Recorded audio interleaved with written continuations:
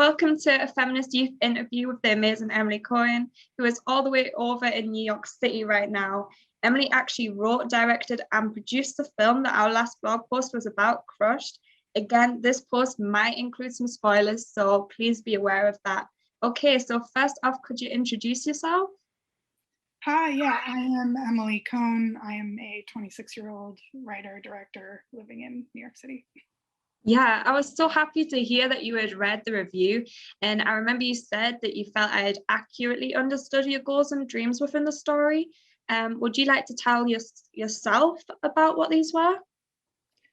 Yeah, I mean, I think the biggest thing going into writing and making Crushed was trying my best not to ignore social media and how it is such a huge part of our life, but then also figuring out a way to make it fun to watch, because I feel like we've gotten a lot of films are getting more exciting in terms of how they approach it, but there are also plenty of movies that purposefully are set in the 90s literally just to avoid phones. So it's like, how do we tell truthful teen stories that also include using our phones, because that is so much of how we communicate and experience a lot of, intense emotions too. Yeah, social media did play quite an important part in the film, and about half of the plot, I think, was digital. I thought this was a really smart and like another honest decision that you'd made. And what actually made you come up with it? And what do you think about the way that social media can control younger people's lives? Yeah, I think the main thing that led me to like showing it in the way that I did is just, well, I feel like there were a few things, but really I think there was some podcast I listened to where they just talked about like the gamification of our lives through our phones. So even something as simple as like, I'm someone who tries to take 10,000 steps a day, and it's almost like this game of an existence where I'm checking my like step count thing on my phone. So I wanted to show like Tinder as a game and all of these little bits, and that's where like there is sort of this animated component that is really taking an homage to 90s like 8-bit game culture. Yeah, that was, sorry, I feel like there was a second question in there, but I think you covered it. Yeah, I think you covered it. It was about, oh yeah, like about how social media sort of like it plays a big part in younger people's lives. And what do you think about that? Like, is it good? Is it bad? I think it's a double-edged sword. I definitely get a lot out of social media. Like that's how we connected, via Instagram DM, like, yes, you could have emailed me from my website or something like that, but there is something more personal and exciting about having access. I've certainly done that with people. Actually, my current commercial music video agent is based in London, and I met her via Instagram. So there are so many benefits, but I'm also someone who really tries to not be on my phone from 10 p.m. to 10 a.m. So I put it on airplane mode most of the time when it's possible, because I find that I'm most creative and productive from like 7 a.m. to 10 a.m. So I'll wake up and try my best not to check my phone. Obviously, sometimes work makes that not possible, but I think if we're able to set boundaries, and as long as we are aware of like, oh, I didn't just spend 3 hours on Instagram, I think it's good. And obviously people are building their careers off of TikTok, so I can't in good conscience be like, technology is bad, I think that we all like make the most of it. Yeah, I think the film Crushed had some really compelling cinematography. And would you like to tell us what inspired you to make like the bold choices that you did in terms of social media and in terms of like the other different types of like, say, including styles of game, like making it more personal, making it seem kind of real. I felt like it was kind of documentary style in some parts. Yeah. Thank you. Also, wait, I never asked, I will answer the question. I'm curious, how did you hear of Crushed in the first place? So basically what I do to find films to watch is I will go on like Now TV or Amazon, Netflix, and I'll just click all films, go through it and just see what looks good. And I really liked the film poster of it. And I thought, let me read the description. And I thought, oh, this sounds quite good. I might as well give it a go. And yeah, I watched it and I really enjoyed it. So yeah. Thank you. Good on you for doing that. Yeah. Those kinds of deep dives and searches. I'm always trying to do the same and stay up to date on on new releases that aren't necessarily like, stars in them. Yeah. But yeah, to go back to your other question in terms of the cinematography, I would be lying if I said like some of it really did come from just what we were able to do, with the tools that we had. But we also really, my DP and I, my DP is Sanya Zaveri. She's awesome. She lives in India and came to the US to film, which was super fun. We're super close, so that also made that process easier because she and I have a lot of the same taste in movies, so we could be like, oh, it's like this from Diary of a Teenage Girl, and like pulling from similar references.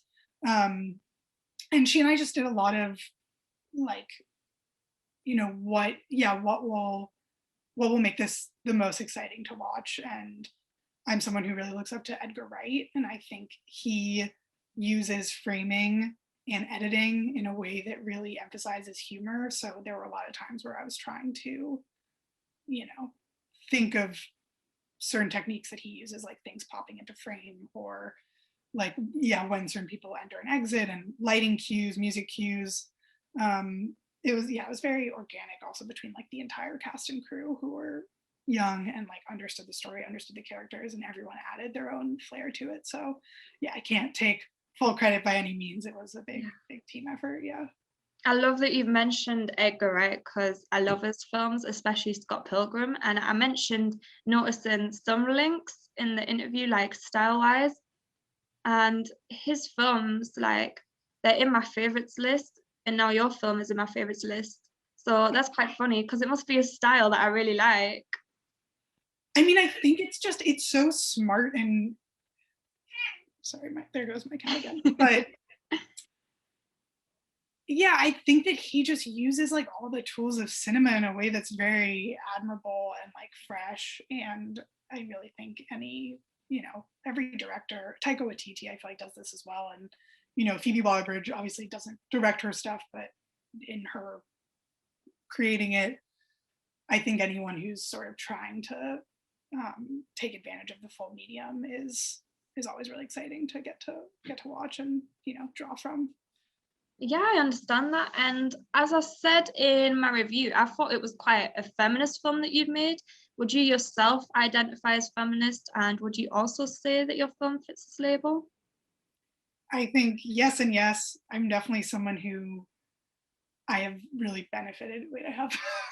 Oh, I just like looked up and on my bookshelf, there's like my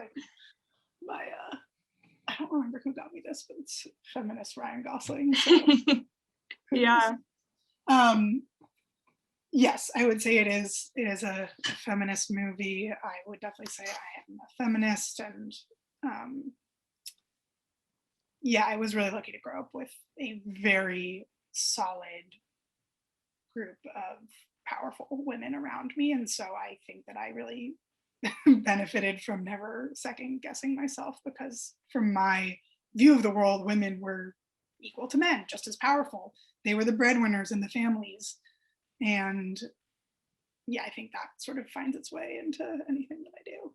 One of the things that I really liked about your film is that you didn't sort of trap the women into stereotypes and cliches that a lot of teenage films do.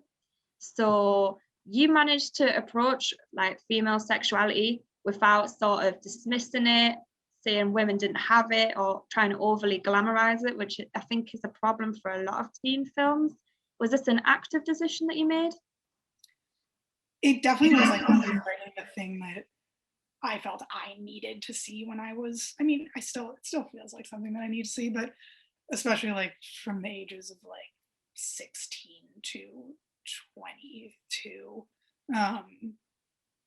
just knowing like the ways that my friends and I all had such different experiences in our own sexuality and our own confidence in ourselves as sort of sexual beings, like the people who are more confident and more outspoken about their, masturbating or orgasms, and then people who are in open relationships and love that. And that's not just a thing that men want. Like there are plenty of women who want that too.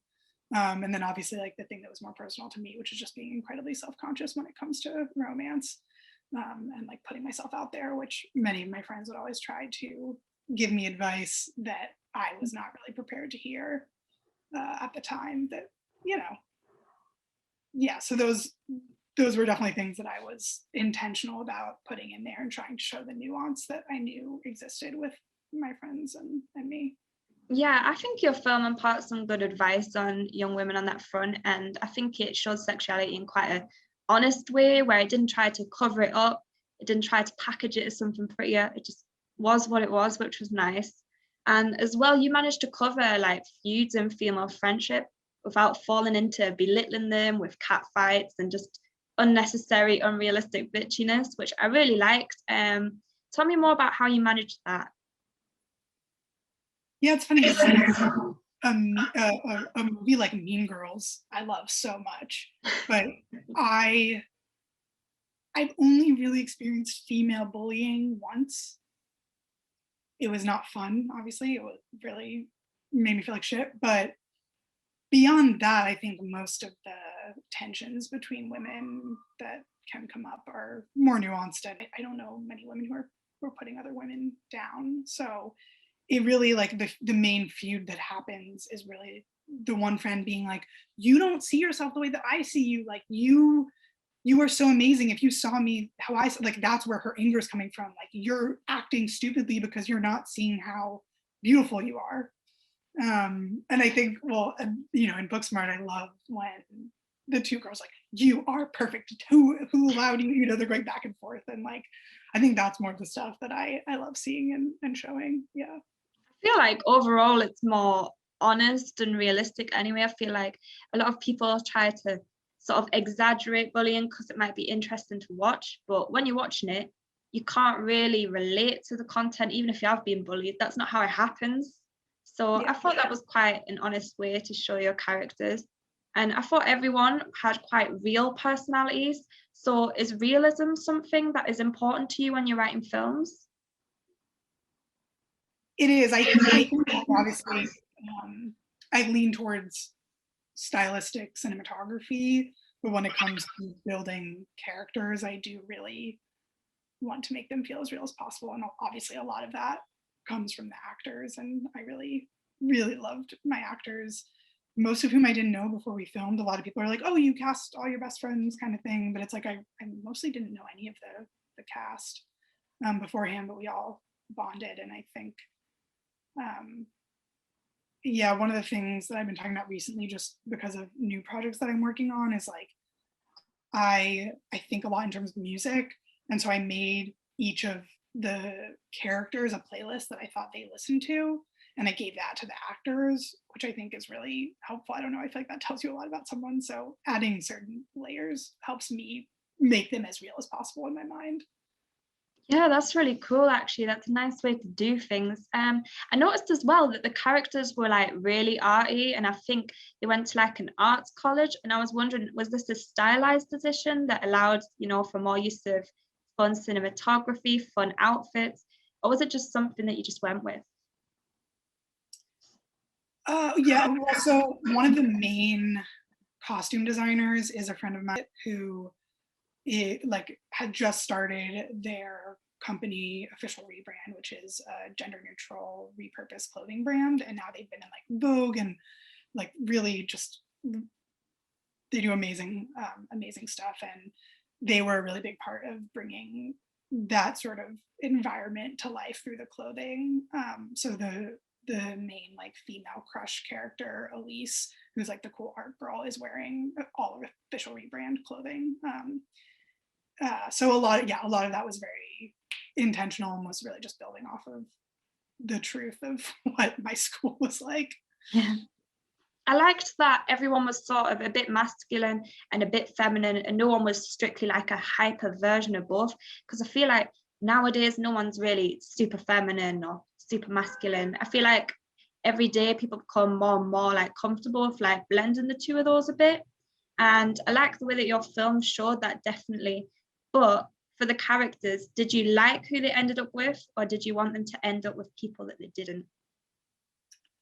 Good question.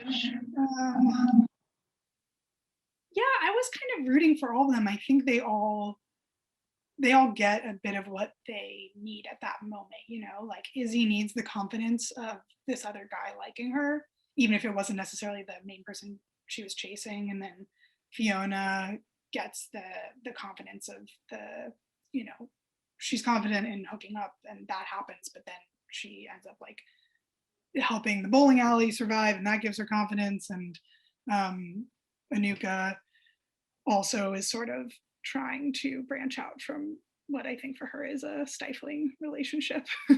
Yeah. Yeah. See, we don't see much of that relationship in the film. You just get little ideas about it through like the phone call and stuff.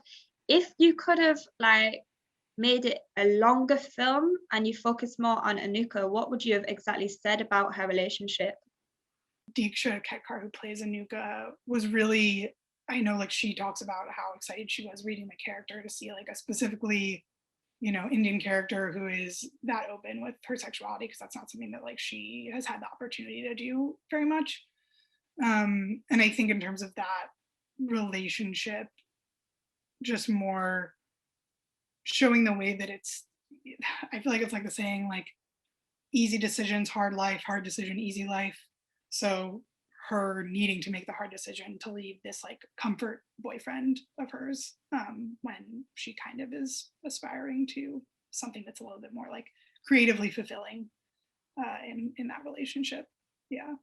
Yeah, I like that as well. Your film was quite diverse in terms of different sexualities, different relationships, different races. Do you think that it is important for films to be more inclusive with their representations? Yes. Yeah.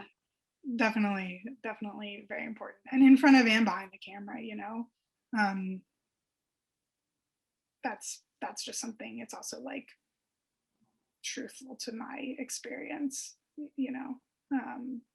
But I also would never want to, like, you know, I don't want to be unrightfully telling other people's stories.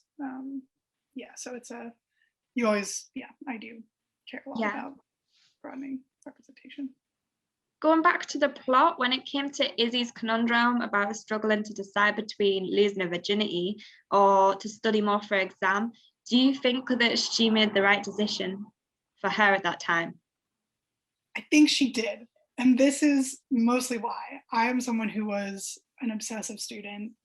I like, you know, through my whole career as a student, work smart, not hard, which I'm getting better at. And I think that's something that Izzy needed to realize, which is that she's probably going to do just fine on her astronomy exam, even if she doesn't spend the entire night studying.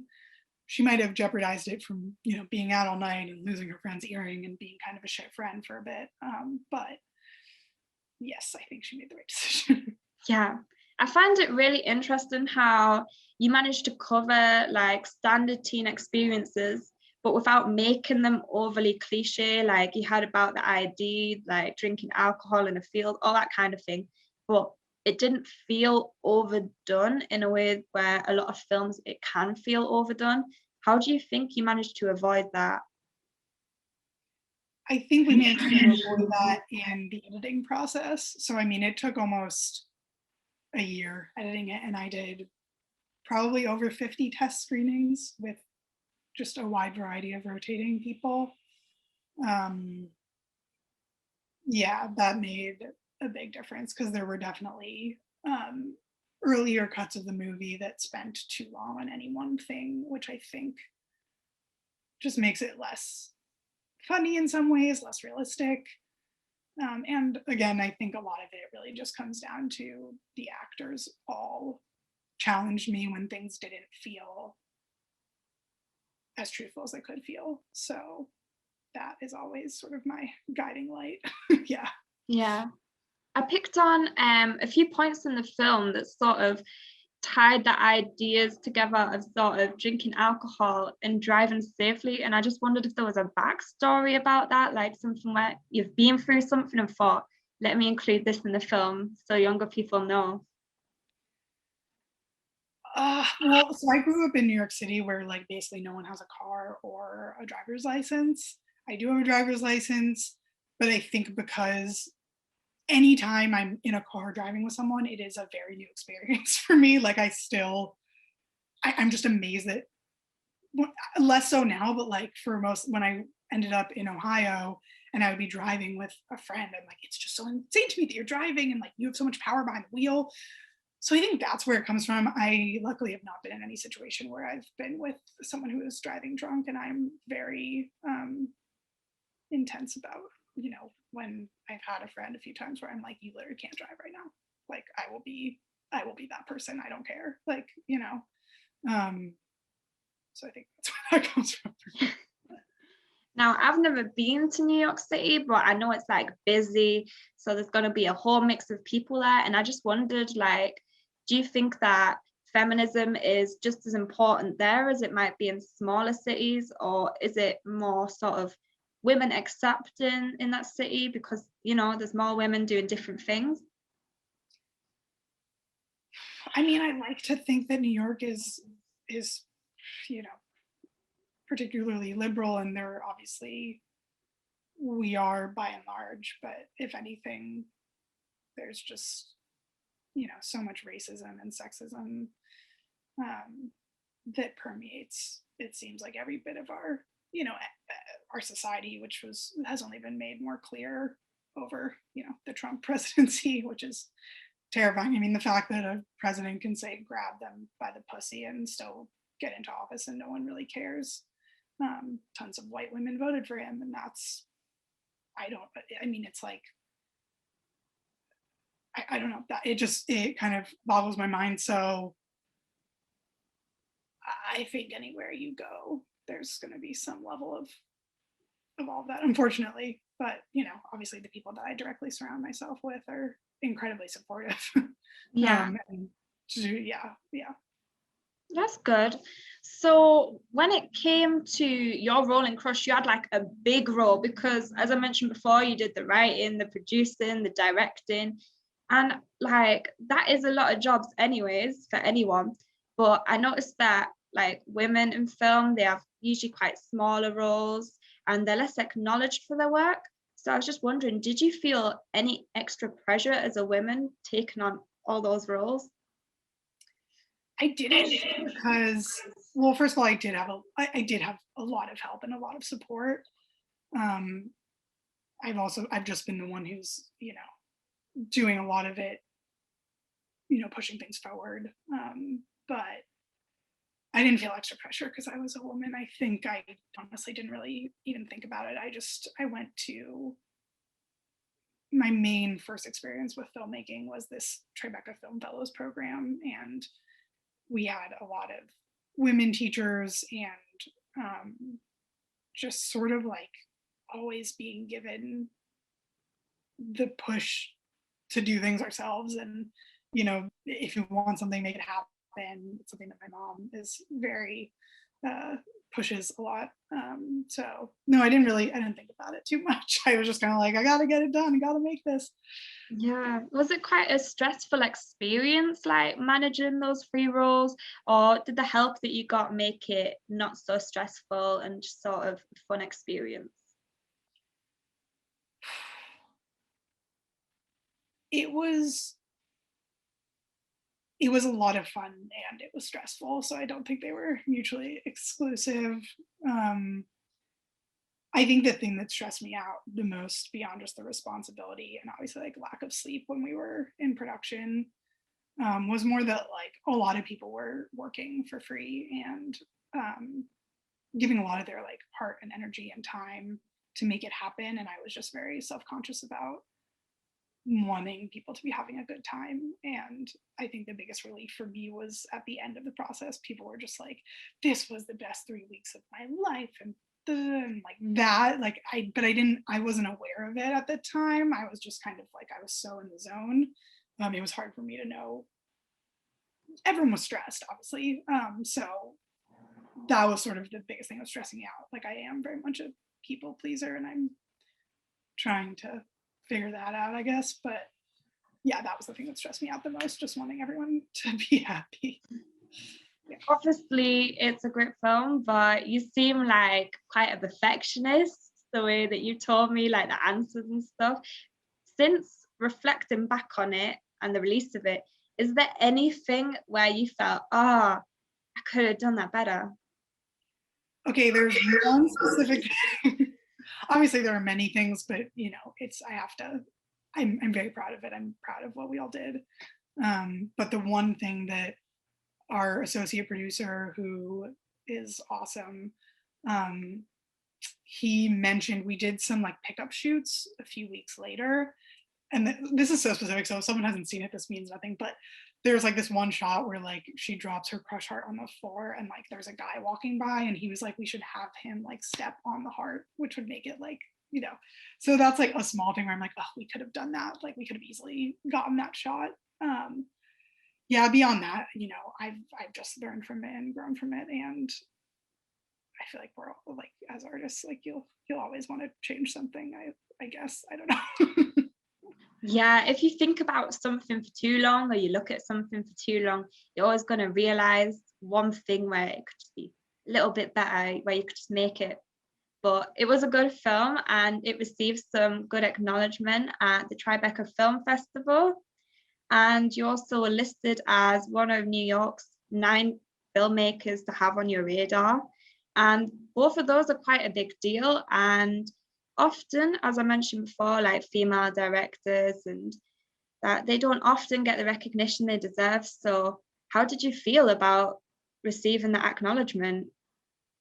It was, yeah, definitely when the Times article came out. I mean, well, the crazy thing too is, like I said, I had a high school fellowship with the Tribeca Film Institute. So where some young filmmakers might say, I want to win an Oscar, I want to do this, like my goal was to make a feature film that would premiere at Tribeca. So the fact that when that happened, it was just like, I couldn't believe that. I was like, this is happening way sooner than I ever thought it would happen. New York Times thing was definitely that sort of like catapulted me into a position where I've had a lot of opportunities that, you know, pitching opportunities, and I got agents and a manager who are, you know, really, they were, you know, have been very supportive. And yeah, I think it is a shame, you know, that so many people, you can spend the amount of time and energy that you put into something doesn't always equal like what you're going to get out of it. But this was definitely a case where I'm like, I'm so grateful that for the recognition that it got. It's really crazy. So you've got a few things that you're working on at the moment as well. And I think it was Imagination Ceremony, Guts, Take Me Back, Manifesting, am I right? And yeah, it sounds like you're really busy with projects, but I just wondered, have these been put on hold because of COVID, or have adjustments been made? None of them have been that specifically affected by COVID. I mean, Manifesting is a short film that I filmed in October that I submitted to festivals, so we'll see when that premieres. The rates were really low in October here, and it was a short that is all outside, so we did it specifically in a way that can be, you know, was as COVID friendly as possible. Yeah, I've actually had quite a number of pitching opportunities, so we'll see where any of those go. And then my original pilot is kind of TBD. I think it might just be a writing sample for now, but yeah, I also, you know, my day job is editing for now, which keeps me in the realm of filmmaking. And because, you know, writing and directing, it takes a lot for it to pay you. There's a lot of free work that's involved at my stage. Yeah, so I've been, you know, COVID, I think there might have been other things that would have come up that I would have been in production on, but for the most part, I feel like I've been very lucky to still make progress and have a job that I can do from home. Yeah, that's always great, and quite lucky at the moment. Would you be able to tell me more specifically about any of these projects, or are they all sort of secret at the moment? Yeah, the ones that I'm pitching on, I don't think I can talk about, but I guess I can say it's like there are 2 projects for scripts that I didn't write that I have pitched to direct. So it's just, we'll see if they choose me. But it's a really fun exercise. Like, you know, obviously I'm just obsessed with directing and filmmaking. So the opportunity to even just get to like form my ideas around a script and meet new people and talk to them is really fun. And then the other one is, you know, pitching to adapt a novel. So I would write the adaptation. Yeah. So you mentioned that you're doing like editing at the moment, and How did you get into that? So that was when I was in the Tribeca Film Fellows program. I initially wanted to be an editor. I mean, it's just something I've done it since I was, I don't know, 15, 13. Like whenever I had like Movie Magic on like this like Dell laptop, I was using it. And it is something that I get very obsessive about. Yeah, it was really just I've learned the program through doing it. I had a web series in high school that involved my friend and I releasing a video a week. So I mean, I would literally be like at school, do like my dance program, get home, do my homework, and then like usually from like 11 to midnight, I'd be editing. And that really, I was teaching myself all this stuff just through doing it. So that's really how I've gotten into it. And luckily, it is a job that is pretty flexible. Like I can take on as much as I want, and it pays pretty well because it's a technical job. Yeah, and I think it makes me stronger as a writer and director. So during COVID, it can be quite hard to keep entertained, like even if you have an ongoing job. And I just wondered if you have any hobbies or interests or likes, and I was curious to see if maybe I can see them reflected in any of your work. I wish I could say that I could play an instrument, but I can't. That's like a goal where before I got this main editing job, I was like, if it was gonna be slower for me, I was like, I'm gonna learn an instrument. I have not done that. Honestly, I'm very much, I love yoga. Like I have back problems, so that's sort of like my main hobby would be those kinds of activities. But also, I just listen to a ton of podcasts. I feel like I have other. I'm like I should have other hobbies. But yeah, what hobbies do you have? I really so like I really like feminism, and I know that technically it is work to me with like my blog and stuff, but it's something that I really commit myself to. So I do a lot of reading and a lot of research about that.